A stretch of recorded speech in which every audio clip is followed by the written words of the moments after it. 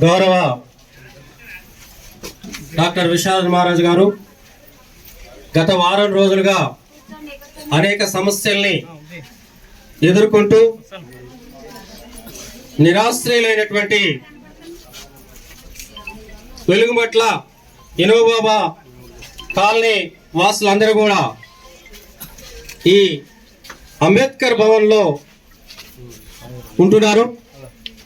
24/2/2026 తారీఖున అర్ధాంతరంగా ఎలాంటి నోటీసులు లేకుండా 1895 మందికి ట్రస్ట్ వినోబాబా ట్రస్ట్ వాళ్ళు ఆధారంగా గత 12 సంవత్సరాలుగా ఆ గుట్ట మీద నివాసం ఉంటున్నటువంటి వారిని రాత్రి దాదాపు 4,000 మంది పోలీసు బందోబస్తు తోటి బుల్డోజర్ తోటి వచ్చి ఆ కాలనీని వన్ సైడెడ్గా పిల్లలు, ముసలి వాళ్ళు, అనేక కూలినాలి పని చేసుకునే వాళ్ళు, పళ్ళు అమ్ముకునే వాళ్ళు, పాసి పని చేసుకునే వాళ్ళు, అనేక మంది పేద ప్రజల యొక్క ఆర్తనాదాలని, వారి యొక్క మాటల్ని కూడా పట్టించుకోకుండా ధ్వంసం చేసి సిసిఎల్ఏ ఆర్డర్స్ హైకోర్టు నుంచి తీసుకొచ్చామని చెప్పేసి అక్కడ స్టాటస్ కో ఉన్న నాట్ టు ఎంటర్ఫేర్ ఆర్డర్స్ ఉన్నా, ఇంకా అక్కడ కోర్టు నుండి వారికి అనేక రకాలైనటువంటి సమస్యల్ని పరిష్కరించాలి, బేసిక్ నీడ్స్ ఏర్పాటు చేయాలని ఉన్నప్పటికీ వారు పాలకులు నిర్దాక్షిణ్యంగా ఆర్డీఓ గారి యొక్క సమక్షంలో ఇళ్లన్నింటి కూడా నేలమట్టం చేశారు. ఈ దృశ్యం చూస్తా ఉంటే ఎక్కడో విదేశస్తుల మీద దాడి చేసిన విధంగా మరి ఈ సమస్య ప్రజల్ని ఈ విధంగా నిలబట్టం చేయడం జరుగుతుంది.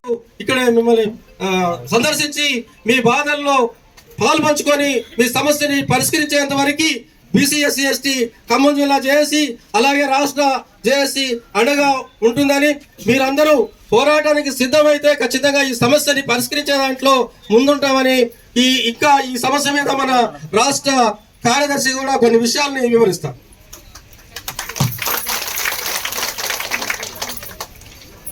ఈ కార్యక్రమానికి ముఖ్యంగా అతిథిగా హాజరైనటువంటి బీసీఎస్టీ జేఏసీ చైర్మన్ డాక్టర్ విశారద మహారాజ్కి బాధితుల తరపున అందరి తరపున ఒకసారి అభినందనలు తెలియజేస్తున్నా. సారు వచ్చారంటే ఇది విజిటింగ్ చేసిపోవడానికి రాలేదు మిత్రులారా, మీరు అందరూ అర్థం చేసుకోవాలి.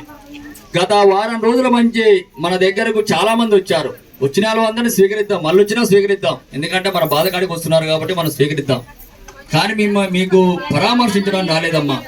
మీరందరూ కూడా మా బంధువులే, మనమంతా ఒక రక్త సంబంధికులమే. ఇది వేల సంవత్సరాల నుంచి మనం జరుగుతున్న దాడులు, ఇబ్బందులే, మనకేం కొత్త కాదు ఇది. మీ బాధ పరిష్కారం అయ్యే వరకు మీరు కనుక ఐక్యంగా ఉంటే మీతో పాటు ఉండడం కోసం మాత్రమే సార్ వచ్చారు ఇక్కడికి. అది అర్థం చేసుకోవాలి. ఒకరోజు ప్రోగ్రాం పెట్టుకొని మీ దగ్గర రాలే, మీకు జరిగిన కానించి వారి రోజుల మంచి మీ మధ్యలో మేము ఉన్నాం. మేమంతా అబ్జర్వేషన్ చేస్తున్నాం, ఏం జరుగుతుంది, ఎట్లా ఏంటని అబ్జర్వేషన్ చేస్తున్నాం. దీన్ని ఇంకా స్టడీ చేస్తున్నాం. దీని న్యాయస్థానాల ద్వారా ఎట్లా ఈ దుర్మార్గులు వంచాలో దానికి ప్రణాళిక కూడా మేము తయారు చేస్తున్నాం. ఒక మాట్లాడిపోవటమే కాదు, మాటల్లో కాదు, రాజ్యాంగబద్ధంగా ఈ దుర్మార్గుల్ని నడి రోడ్డు మీద నిలబడటానికి కూడా మేము ప్రోగ్రామ్ ప్లాన్ చేసినాం. అందుకు మాత్రం మీ సార్ వచ్చారు, విజిటింగ్ కాదు, మేము ఇక్కడ ఉంటాం మీతో పాటు. సమస్య ఒకటే, మన భూమి ఎందుకు గుంజుకున్నారమ్మా? 15 సంవత్సరాల నుంచి మనం ఆ ఇల్లు కట్టుకొని, నిన్న ఇందరికి ఒక పొద్దున్న నాకు వాట్సాప్ లో చూసా, ఇంటి పన్ను ఒక అతనికి ఇల్లు కట్టమని ఇంటి పన్ను వచ్చింది మార్చి 2వ తారీఖు. ఇల్లు కూలిన తర్వాత ఇంటి పన్ను కార్పొరేషన్ కూడా పంపాడు. అంటే మనకు ఇంటి పన్ను ఉంది, కరెంటు మీటర్ ఉంది, కరెంటు స్తంభాలు వేసినాం, మన డబ్బులతో మనం రోడ్లు వేసుకున్నాం, అన్ని వేసుకున్నాం. 15 సంవత్సరాల నుంచి మనం ఉంటే కలెక్టర్ గారు మన ఇల్లు ఎందుకు కూర్చోడో మీకు ఎవరికైనా తెలుసా? ఇల్లు ఎందుకు కూర్చోడో కూడా మనకు తెలవలే. ఎందుకు కూర్చాడో ఆయన చాలా వివరంగా చెప్తుండు. దాని ఇలవ 250 కోట్లను ప్రకటించిన ఆయన కలెక్టర్ గారు, అందుకే కూర్చున్నాయా అని చెప్తుండు. దాని విలువ 250 కోట్ల రూపాయలు నేను కాపాడినా చెప్తుండు కలెక్టర్. అందుకే నేను కూర్చున్నా అని చెప్తుండు తెలుగులోనే, ఆయన అచ్చ తెలుగులో చెప్తుండు. కానీ మనకు అర్థం కావట్లే. 250 కోట్లు కాదు కలెక్టర్ గారు, 500 కోట్లు. ఇంకా నువ్వు 30 ఎకరాల భూదాన్ని నువ్వు మర్చిపోయావు. భూదాన భూమి ఎన్ని ఎకరాలన్నా చెప్పండి?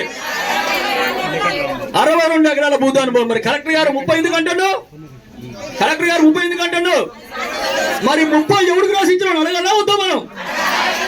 1950 నుంచి 89 వరకు భూదాన భూమిగా ఉంటే 89 నుంచి ఒక 5గురు కమ్మోరు పేరు మీదకి ఎట్లా మారింది భూదాన భూమి పట్టా రూపంగా? ఆ పట్టాలో ఏముందో తెలుసా? భూదాన్ ల్యాండ్ అనే ఉంది. ఇంకా సిగ్నేచర్ కూడా కాలే. అది మీకు రాదా అని గవర్నమెంట్ కూడా చెప్తుంది. ఇక వాళ్ళ పేరు కూడా మారలే. ఇక 30 ఎకరాల పేరు మారడం కోసం, ఈ 30 ఎకరాల వాళ్ళతో కలవడం కోసమే మీ ఇల్లు కూల్చారు మిత్రులారు. ఇది అర్థం చేసుకోవాలి. మన ఇల్లు కూల్చింది ఖరీదు చెప్పాడు. ఇప్పుడు నిన్న పొంగులేరు శ్రీనివాసరెడ్డి ఏం చెప్తుండో తెలుసా? 5 లక్షలు ఇస్తా అంటాడు. ఆల్రెడీ ఒక కుట్ర పన్నారు మనందరూ నేను ఖాళీ చేయడానికి. ఏం కుట్ర పన్నారు? మీరు మీ ఆధార్ కార్డు అవన్నీ లిస్ట్ రాసుకున్నారా? రాసుకొని ఆల్రెడీ మీ ఊళ్ళో నుంచి ఆర్ఐలు ఫోన్ చేస్తున్నారా? మీరు ఏ గ్రామం నుంచి బతకడానికి ఇక్కడికి వచ్చారో ఆ గ్రామంలోకి మీ గడ్డ ఇళ్ల స్థలం ఇస్తున్నాడ. ఏది వైకుంఠం ధామం దగ్గర ఆ ఇళ్ల స్థలం మనమైనా కొనుక్కుంటాం. గ్రామంలో 2000 పెడితే కొండ అవుతుంది. ఎంత దుర్మార్గం ఇది! ఆ 5,000 లెక్క కొడితే ఇక్కడ బాధ్యతలు కలిపిన 3 కోట్లు కాదు 500 కోట్ల రూపాయలు తప్పి మనకు 3 కోట్ల రూపాయలు నష్టపరిహారం ఇస్తున్నాడు ఈ దుర్మార్గులు. కాబట్టి ఈ యొక్క భూదాన 62 ఎకరాల భూదాన భూములు మనకు భూములు పట్టాలు ఇవ్వడం కాదు, పక్కా ఇల్లు కూర్చారు. కాబట్టి పక్కా భవనాలు కట్టించడం కోసం చైర్మన్ గారు, మన బీసీఎస్సీ చైర్మన్ గారు మన ముందుకు వచ్చారు. ఖచ్చితంగా అది సాధించలేక మీరు పోరాట రూపాన్ని మన రాజ్యాంగబద్ధంగా మన పోరాట రూపాన్ని దాలిస్తే ఖచ్చితంగా మీ హక్కుల కోసం మేము ఇక్కడే కూర్చొని పనిచేయడం చెప్తున్నాం. అందుకు సంబంధించి విశారదన్ మహారాజ్ గారు మీ ముందు 4 విషయాలు మాట్లాడతారు. మిత్రులారా, అందరూ ఒక నిమిషం నిశ్శబ్దంగా ఉండాలి. ఆ చివరి ఉన్న వాళ్ళు ఇటు ఒకసారి ఇటండి. ఎవరు కూడా మాట్లాడకండి. సార్కి ఈ భూమికి సంబంధించిన అంశాలు కొన్ని మనం ఇక్కడ మాట్లాడుకుంటే సార్ దాని ఆధారంగా కొన్ని విషయాలు మాట్లాడతారు. ఆంధ్రప్రదేశ్ భూదాన యజ్ఞ బోర్డు ఇది 2014లో ఈ పట్టాలు 1895 మందికి పట్టాలు భూదాన యజ్ఞ బోర్డు వారు పంచిపెట్టారు. ఇది ఈ పట్టాలు 22/4/2014 ఇవి పట్టాలు పంచిపెట్టారు. ఇక్కడ ఈ పట్టాలు పంచిపెట్టిన తర్వాత అది మొత్తం కూడా ఫారెస్ట్. అది ఆ పట్టాల దగ్గరికి ఉన్న వాళ్ళు అక్కడ ఆర్గనైజ్ చేసినటువంటి చిన్నపాటి సంస్థ ఆ బోర్డును అంతా కొట్టుకొని వాళ్ళే రోడ్లు వేసుకొని వాళ్ళే ట్యాంకులతోటి నీళ్లు తెచ్చుకుంటూ జీవనం గడుస్తున్న సందర్భం అది. ఆ తర్వాత మనిషికి ఇన్ని డబ్బులు వేసుకొని కరెంటు స్తంభాలు తెచ్చుకొని కరెంటు పెట్టుకున్నారు. ఒక 60 ఇళ్ళకి ఇంటి నెంబర్ కూడా వచ్చింది. ఇంటి ట్యాక్స్ కూడా, హౌస్ ట్యాక్స్ కూడా, మున్సిపాలిటీ హౌస్ ట్యాక్స్ కూడా 60 ఇళ్ళకి కడుతున్నారు. ఈ సందర్భంలో హైకోర్టుని వాళ్ళు ఆశ్రయించి ప్రభుత్వమే మాకు రోడ్లు వేయాలని, ప్రభుత్వమే మాకు కరెంట్ ఇవ్వాలని వెళ్ళటం వల్ల అక్కడ ఉన్నటువంటి కోర్టు కూడా తక్షణమే వీళ్ళకి నీళ్లను రోడ్లను ఏమని కోర్టు చెప్పినా ఎంత అధికారుల చుట్టూ వీళ్ళు తిరిగినా గానీ ఉన్న కరెంటు పీకడం జరిగింది. వీళ్ళు ఆల్రెడీ కరెంటు ఇబ్బంది పడి తెచ్చుకుంటే కరెంటును కూడా కట్ చేశారు దుర్మార్గంగా. ప్లస్ నీళ్లు ఇవ్వకపోగా తిరిగి ఎంఆర్ఓ చుట్టూ, మున్సిపాలిటీ చుట్టూ, కలెక్టర్ చుట్టూ తిరిగి మాకు కోర్టు నుంచి స్టే ఉందయ్యా, మాకు నీళ్లు ఇవ్వండి, మాకు రోడ్లు వేయండి అని ఎంత తిరిగినా గానీ వాళ్ళు వేయలేదు. ఇది కార్పొరేషన్ లో ఉంది. కార్పొరేషన్ లోనే అక్కడ ఉన్న వాళ్ళందరికీ ఓట్లు ఉన్నాయి. మొన్న జరిగిన ఎలక్షన్ లో ఆ కార్పొరేషన్ నుంచే ఓట్లు వేయడం కూడా జరిగింది. ఓటర్ ఐడి ఉంది, ఇంటి నెంబర్ ఉంది, హౌస్ ట్యాక్స్ ఉంది. వీళ్ళకు కరెంటు మీటర్లు ఉన్నాయి. కరెంటు మీటర్ ఉంటే దుర్మార్గంగా మన కరెంటు కూడా కట్ చేశారు. దీంట్లో భాగంగా వాళ్ళు నిరంతరం హైకోర్టులో తిరిగి ఫైట్ చేస్తున్న సందర్భం అది. ఈలోపు కింద ఉన్నటువంటి ఉమ్మడి ఆంధ్రప్రదేశ్ లో వచ్చిన బోర్డు తర్వాత కేసీఆర్ గవర్నమెంట్ లో ఈ ఆంధ్రప్రదేశ్ భూదాన యజ్ఞ బోర్డును రద్దు చేసిండు కేసీఆర్. ఎందుకు రద్దు చేసినది అది తర్వాత సబ్జెక్ట్. రద్దు చేసిన తర్వాత దాని సిసిఎల్ కి కన్వర్ట్ అయింది. సిసిఎల్ కన్వర్ట్ అయిందంటే అది ప్రభుత్వం కలెక్టర్ ఆధీనంలో ఉంటది అని ఒక పాయింట్ పట్టుకొని మొన్నటువంటి ఈ కలెక్టర్ ఈ యొక్క ముఖ్యంగా ఇక్కడ ఉన్నటువంటి మంత్రులు పొంగులేటి శ్రీనివాసరెడ్డి, తుమ్మల నాగేశ్వరరావు నేతృత్వంలో దాన్ని వాళ్ళు ఇదే అవకాశంగా అదునుగా బానుకొని ఆ కలెక్టర్ తోటి ఇది ఇందులో ఏదో ఫ్రాడ్ జరిగినట్టుగా, ఇందులో ఏదో అవకతవకలు జరిగినట్టుగా కొంతమంది బయట ఉన్న వాళ్ళని తీసుకొచ్చి ఈ భూములు అమ్ముకున్నారని ఒక క్రియేట్ చేసి బయట జనాన్ని పట్టకొచ్చి ఈ దుర్మార్గం చేశారు. వాళ్ళ డబ్బులతోటే వాళ్ళు రోడ్లు వేసుకున్నారు, వాళ్ళ డబ్బులతోటే కరెంట్ వేసుకున్నారు. ఇది అవకతవకలు జరిగిన పేరుతోటి ఒక చిన్న ఎలాంటి ఇంతవరకు మేము మన కలెక్టర్ గారి దగ్గర పోయి అడిగాం, ఏ ఆధారంతో కూల్చారు కలెక్టర్ అనేది ఇంతవరకు చూపిలేదు. లేదు మీరు మాకు చెప్పట్లేదు కదా, ప్రెస్ మీట్ పెట్టారని చెప్పండి, మీ కోర్టు నుంచి ఏం ఆర్డర్ వచ్చిందో ఎందుకు కూల్చారో అని చెప్పమన్నాం. ఇంతవరకు కూడా చెప్పలే. ఉన్న పడంగా తెల్లారుదామున అసలు మనుషులు కూడా లేవక తల్లి ఇళ్ల మీద పడి పాపం కొంతమంది సార్ మా దర్వాజన్న బిక్కబోతామన్నా కానీ పీక్కోనీలే విలువైనటువంటి దర్వాజులు డోర్లు అటనే చేసితో కూల్చేశారు. ఇంత దుర్మార్గంగా నోటీస్ కూడా ఇవ్వలే. నోటీసులు ఇచ్చామని చెబుతున్న మాట దుర్మార్గం. ఇంత మంది ఉన్నారు కాబట్టి మీకు ఎవరికి నోటీసులు ఇచ్చారా? ఎవరికైనా నోటీస్ వచ్చిందా? ఒక్కరోజు కూడా అవకాశం ఇవ్వకుండా కలెక్టర్ గారు ఆ యంత్రాంగం వేలాది మంది పోలీసుతో కూర్చోడం జరిగింది సార్. ఇది ఆ భూదానికి సంబంధించిన అంశం.